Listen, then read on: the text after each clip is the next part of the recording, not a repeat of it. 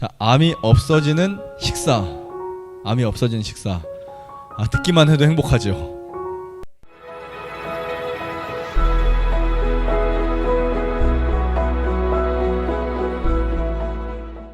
맛있게 먹으면서도 암이 없어질 수 있다? 정말 아주 행복한 단어인 것 같습니다.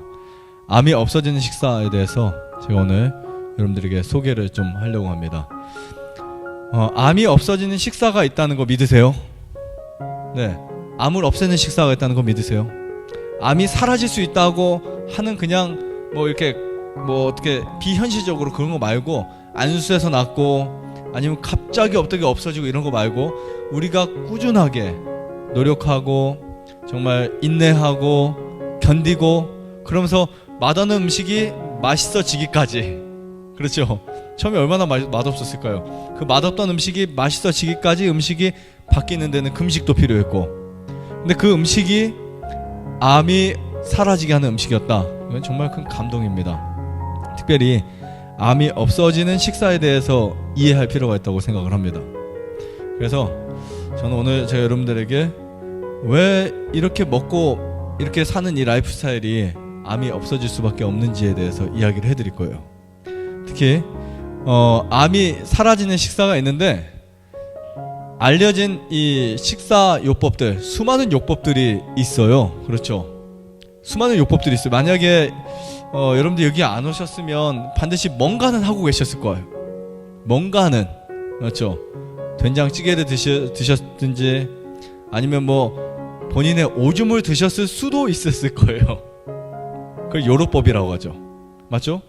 아니면 소금 요법을 하고 계셨을 수도 있고, 아니면 무슨 뭐 찜질 요법 하는데 갈 수도 있고, 된장 찜질 같은 거, 세상에 별 요법이 다 있잖아요. 그러니까 그런 것을 했을 수도 있었다라는 거예요. 여기 안 오셨으면 이 알려진 수많은 요법들을 보면, 식사 요법들을 보면 뭐 케톤식이라든지 저탄고지라든지, 그렇죠? 그 다음에 또 뭐가 있나요? 뭐 식이섬유 식사라든지 녹즙 요법이라든지 거슴 테라피라든지 니시 의학이라든지 아주 많아요. 정말 많습니다. 그런데 저는 오늘 제가 여러분들에게 말씀드리고 싶은 이 내용은 아래 뉴스타트 식사법, 아주 간단해요. 그리고 마음만 먹으면 누구나 다 할 수 있습니다. 하지만 여기는 기술이 필요하거나 아니면 어떤 그 뭔가 지식이 필요한 게 아니에요. 지혜가 필요한 거예요. 지혜가 어떻게 하면 내 몸에 맞는 음식을 먹을 수 있을까, 이런 지혜가 필요한 거예요. 그래서 그런 식사를 했더니 몸이 느껴져요, 안 느껴져요? 느껴지죠. 세포가 좋아합니다. 우선 우리가 먹는 음식이 내 세포가 좋아해야 되고, 내 세포가 충분히 그것을 뭐 해야 돼요? 받아들여야 돼요.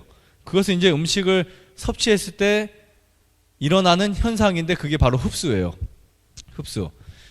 그것이 외부에서 우리가 들어오는 그 음식이 흡수하면 그것이 뭐가 될까요?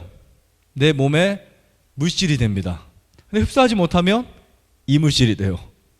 어렵지 않죠? 네. 그러니까 어떤 것이라도, 아무리 좋은 산삼이라도 흡수하면 내 몸의 일부가 될 수 있지만, 산삼도 1억짜리 산삼도 흡수하지 못하면 이물질이 되는 거예요. 아무 의미가 없습니다. 그래서 저는 이 뉴스타트 식사법을 어디에 근거를 두었냐면, 사람의 몸에 근거를 두었어요. 보통 우리는, 여러분 지금까지 생각해보세요. 음식을 어떻게 드셔왔나요? 이렇게 드셨을 거예요. 마늘이 어디에 좋다? 마늘의 성분이 뭐예요? 알리신이라든지 뭐가 들어있다? 그렇죠. 아니면 뭐 양파가 어디에 뭐 어떤 성분이 있다? 그 다음에 미나리가 무슨 성분이 있다? 토마토가 라이코펜이 있다? 이런 성분을 쭉 검색을 해가지고 그 성분별 해가지고 그것을 먹잖아요.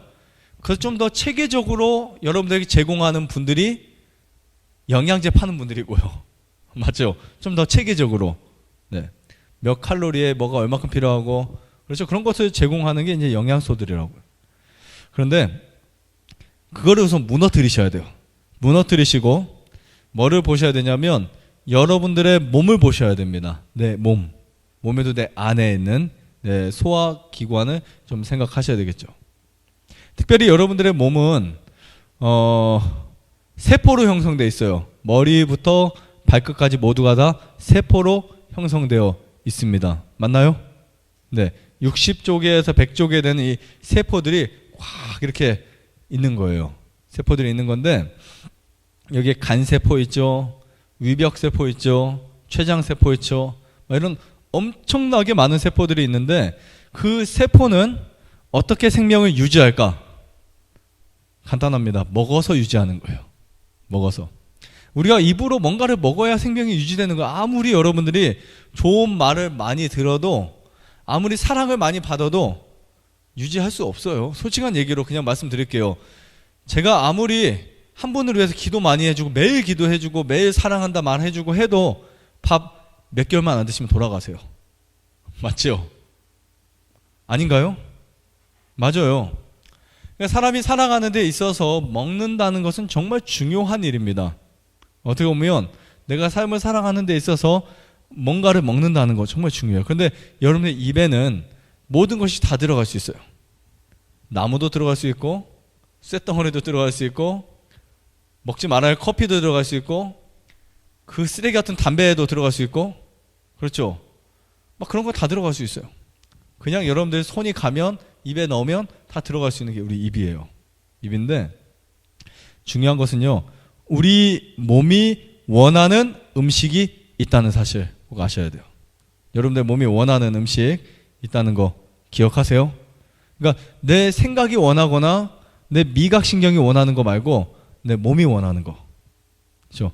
미각은요, 우리 혀 위아래 미래라는 신경이 있는데, 미각은 여러분들이 형성되어 온 습관에 의해서 걔가 이제 이렇게 길들여집니다. 매운 거를 계속 먹는다 그럼 매운 게 땡기게 될 거예요. 자극적인 거 아니면 고기 아니면 얼큰한 거 아니면 기름진 거 그럼 또 먹고 싶은 거예요. 미각신경 계속 그걸 달라고 아우성칩니다. 근데 몸은요, 몸 싫어하겠죠. 네. 그러니까 미각신경대로 먹으면 야채도 안 먹을 거고 현미밥도 안 먹을 거고 통밀빵도 안 드실 거예요. 그래서 우리는 몸이 원하는 걸 먹어야 돼요. 내 몸이 원하는 걸 먹어야 되는데, 우리 몸을 보면 이 치아에서부터 또 여러분 창자에 이르기까지 여러분 모두가 채식을 해야 될 수밖에 없는 구조로 되어 있어요. 채식을 해야 하시는데요, 간이든 췌장이든 위장이든 어떻게 음식을 먹어야 할지가 충분히 다 여기에 설명되어 있습니다. 우선 가장 기본적인 부분, 이게 뭘까요? 네, 소장이 육모입니다. 육모 조직인데요. 이제 장조혈설이라고 하는 아주 특별한 건강 이론에 대해서 어디서 많이 듣지 못하셨을 거예요. 네, 장조혈설. 근데 저는 이제 이 장조혈설을 믿는데, 사람이 음식이 피가 되고 그 피가 살이 된다, 이렇게 믿는 겁니다. 그럼 여러분들의 혈액은 사실 어디에서 만들어진다? 소장에서 만들어진다, 이렇게 이해하시면 돼요. 이 장조혈설의 핵심 포인트는 뭐냐면, 이렇게 우리가 음식을 먹으면 식물의 모넬라라고 하는 그것이 이 장막을 덮어버리면 거기서 이제 그 식물들이 어떻게 될까요? 거기서 이 육모 그 조직에 침투를 해가지고 막 이렇게 통과를 하면서 그것이 이제 영양 물질로 바뀌어요. 그리고 그것이 혈액이 됩니다. 참 신기하죠? 자, 적혈구의 모세포는 장의 육모 조직에만 존재한다는 것이 밝혀졌어요. 적혈구의 엄마세포. 그 다음에 그 음식물은 재료로 사용했고, 알고 보니까 그 공장이 소장이었다. 그러니까 혈액을 만드는 공장이 소장이었다는 거. 이해하시겠죠? 네. 그러니까 우리 몸에는 혈액을 만드는 곳이 있어야 돼요. 계속해서요. 네. 자, 이 장조혈설의 학설은요, 1946년 영국의 듀란 조르단은 낙타의 소화 과정을 연구하다가 혈액이 어디서요? 장에서 만들어진다고 하는 그것을 발견하고 장조혈설을 이제 주장하기 시작합니다. 그래서 1946년 같은 해에 스웨덴의 이 보스세임도 같은 견해를 이게 타당하다라고 해서 그것을 인정해 보려고, 그 다음에 그로부터 2년 후에 1951년 일본의 시시미키 코 교수도 장조혈설을 발표했어요. 그러니까 굉장히 많은 똑똑하고 정말 연구한 사람들이 장에서 혈액이 만들어진다는 것을 발견을 한 거예요. 네. 이것은 이제 장조혈설이라고 하는데, 이게 옛날에는 정설이었던 때도 있었나 봐요. 정설로. 근데 어느 시간이 지나면서 정설이 바뀌었죠. 골수조혈설이 정설이 됐죠. 의학계에서 골수조혈설이. 근데 3년 만에 3명의 학자에 의해서 장조혈설이 주장되다 보니까 갑자기 이제 사람들이 관심을 갖게 되었었죠. 그러다가 일본의 모리시다 게츠 박사에 의해서 그것이 이제 확증되었어요. 뭐 믿으려면 믿지 않으려면 믿지 마라. 나는 믿을 거야 하면서 이제 뭐를 준비해서 연구를 했냐면 계속해서 현미경으로 혈액이 어떻게 만들어지는지를 관찰하기 시작한 거예요. 그 책이 이제 자연의학이라고 하는 책이 모리시다 게츠에 의해서 거기에 사진이 흑백 사진이 다 들어가 있어요. 그 혈액이 만들어지는 과정, 심지어 토끼는 자기의 털을 뽑아 먹어도 혈액이 된다는 거, 이런 게 다 들어 있습니다. 의학의 아버지 히포크라테스예요. 이제 70여 개 정도인가요? 어쨌든 굉장히 많은 논문을 모아서 책이 이렇게 나왔었는데 무슨 말을 했죠? 음식으로 고치지 못하는 병은 약으로도 못 고친다. 사람들이 그런 생각합니다. 이거 해도 안 되면 나는 음식 한번 해볼 거야. 이렇게 하지만 사실은 음식으로 못 고치는 병을 약으로 못 고치더라고요. 제가 이거 어떻게 느낀 줄 아세요? 자연치유를 하다 안 돼서 병원에 가서 회복된 분들 거의 못 봤어요. 근데 반대로 병원 치료 하다 안 돼서 자연치유를 하는 분들 중에 회복된 분들은 많이 봤어요. 네, 정말 많이 봤어요. 반대예요. 그렇죠? 이 말이 딱 맞는 거예요. 기원전 거의 지금부터 한 4,500년 전에 이런 글을 남겼죠. 그리고 나서 이제 중세시대 때 의학의 아버지라고 부르기 시작했어요. 중세시대 때. 플라톤도 그렇고 그 당대나 후대에 많은 훌륭한 사람들이 히포크라테스는 최고의 의사다. 그래서 저는 덧붙였습니다. 이렇게요. 먹는 음식이 약이 되어야 한다. 사람들이 많은 걸 찾을까봐. 네, 많은 걸 찾을까봐. 먹는 음식이 약이 되어야 한다. 음식으로 고치지 못하는 병은 약으로도 못 고친다. 이걸 제가 좀 바꿔봤어요. 네, 먹는 음식이 뭐가 되어야 된다? 약이 되어야 된다. 식사하는 습관이 질병을 가져오고 질병을 회복시킵니다. 그래서 제가 나눠봤어요. 병이 되는 식사, 회복이 되는 식사. 쭉 보세요. 다 읽지는 않겠습니다. 몇 개만 읽을게요. 돼지고기, 소고기, 닭고기, 오리고기, 생선, 달걀, 흰쌀, 정지현까지. 이런 게 질병을 만드는 거예요. 제가 정말 다 할 수 있어요. 돼지고기가 왜 안 좋은지 1시간, 소고기가 왜 안 좋은지 1시간, 그 다음에 또 뭐 오리고기가 왜 안 좋은지 1시간, 계란이 안 좋은지는 이미 벌써 올려놨고, 생선이 안 좋은지도 올려놨고, 라면 뭐 쭉 해서 다 올리고 싶어요. 시간만 주어진다면 할 거예요. 그 다음 회복이 되는 식사, 곡식, 과일, 견과, 채소, 또 뭐가 있죠?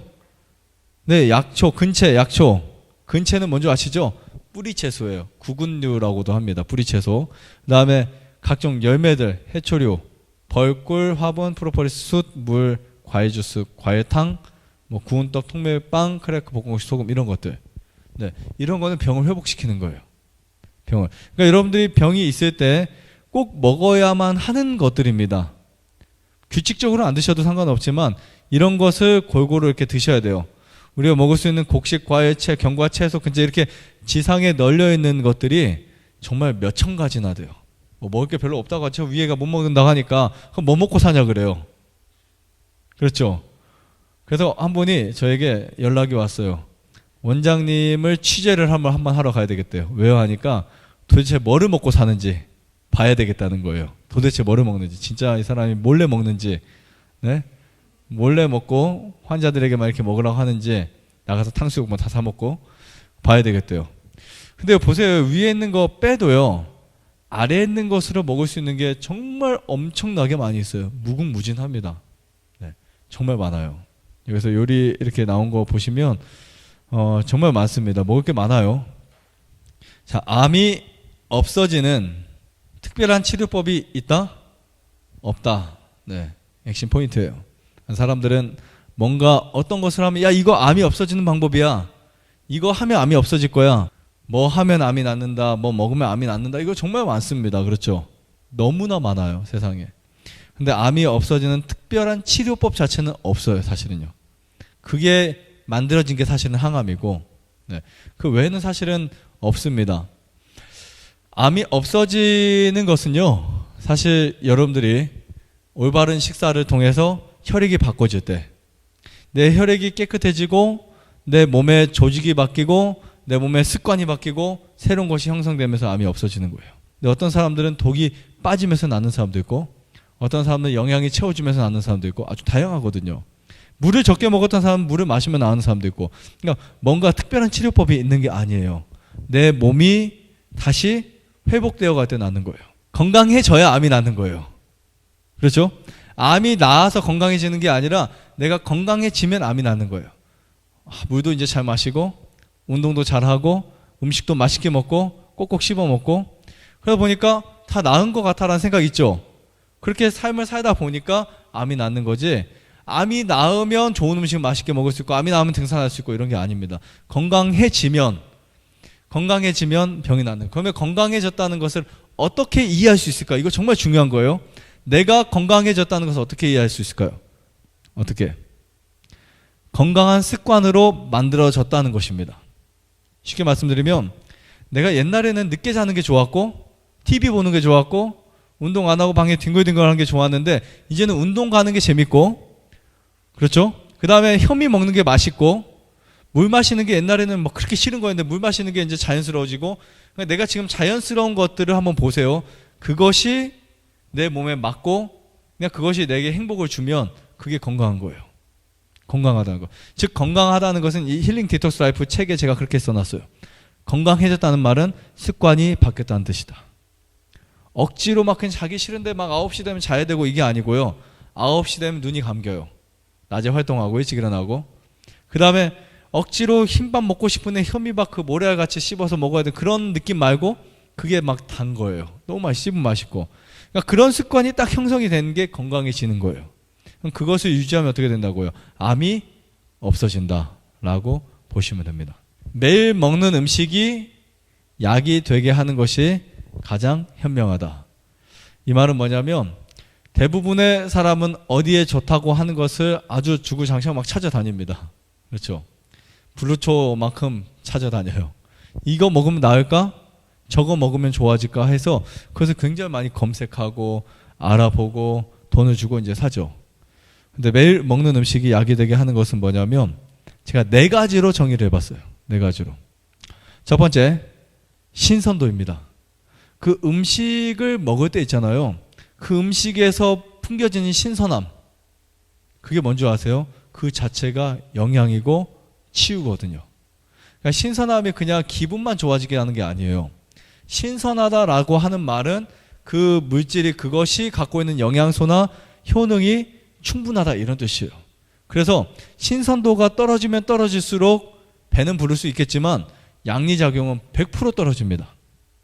그렇죠? 그래서 우리가 보통 이제 밭에서 뭔가를 따잖아요. 무엇을 뜯잖아요. 그것이 공기와 접촉이 돼서 오래 가면 갈수록 영양 물질이 떨어지는 거예요.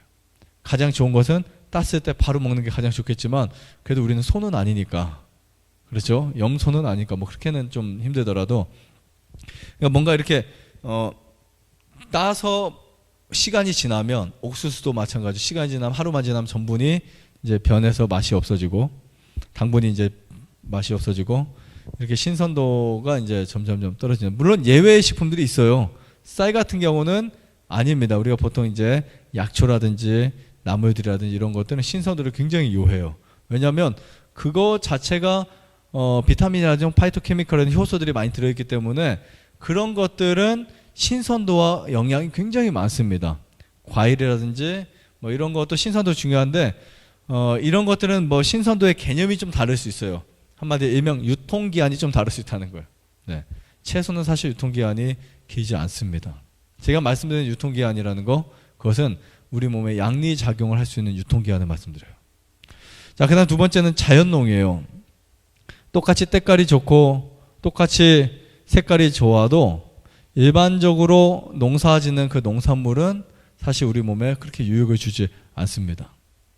그래서 일반 농산물의 문제는 뭐냐면 땅이 죽어 있는 상태에서 그것을 키워서 먹잖아요. 그러니까 영양 밸런스가 안 맞는 거예요. 심지어 농사 짓는 사람들을 보면 풀약, 농약은 고사하고 거기에 사용되는 약들이 정말 많이 있어요. 진딧물 잡는 약부터 시작해서 뭐 모양까지 만들더라고. 모양까지. 어떤 건 고구마를 깊이 못 받게 하는 그 약도 치고 또 더 달게도 만들고 뭐 그렇게 모양까지 만들면서 농사져요. 그러니까 그런 농산물들의 이제 문제는 그것이 갖고 있는 영양 가치가 떨어져 있다는 거. 영양이 거의 없다는 게 이제 굉장히 난점이고요. 세 번째는 약초입니다. 이거는 뭐냐면 여러분들이 농사를 져서 먹는 거 좋습니다. 근데 사실 그거보다 더 좋은 건요, 자연에 있는 것들, 산에 있는 것들, 들에 있는 것들, 누가 기르지는 않았지만 자생하는 것들을 조금이라도 뜯어서 드실 수 있다면 최고예요. 우리가 뭐 그것을 막 그것만 먹을 수는 없겠지만 우리가 이렇게 1년을 살면서 내가 자연 속에서 민들레라든지 질경이라든지 아니면 산에 꼭 약초라는 이름을 갖고 있지 않아도 돼요. 사람이 먹을 수 있는 것이면 됩니다. 그런 것들, 쇠비듬이라든지 이게 주변에 있는 것들 있죠. 꼭 사람이 심지 않아도 걔네들이 갖고 있는 게 뭔지 아세요? 아주 많은 항산화 물질들이에요. 훨씬 더 강합니다. 얘네들은요, 자기들을 지키기 위해서 더 많은 항산화 물질들을 이렇게 포함하고 있어요. 그리고 오염되지 않는 곳에서 자라고 있습니다. 그래서 이런 것들을 여러분들이 공부하면서 드시는 거 정말 좋고요. 자, 네 번째, 마지막으로 조리 방법과 배합입니다. 그러니까 똑같은 음식인데도 그것을 어떻게 조리하느냐에 따라서 양이성이 달라지는 거예요. 똑같은 음식인데, 그래서 그것을 조리하는 방법이라든지 또 배합하는 방법이라든지 이런 부분들을 여러분들이 조금만 더 이해하고 좀 지혜를 가지고 한다면은 훨씬 더 많은 유익이 되지 않을까, 이러한 생각을 하게 됩니다.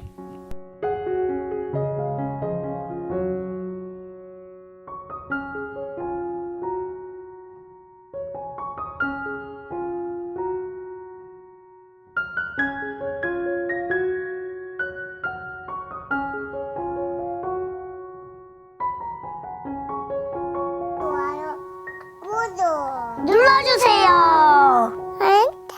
눌러주세요.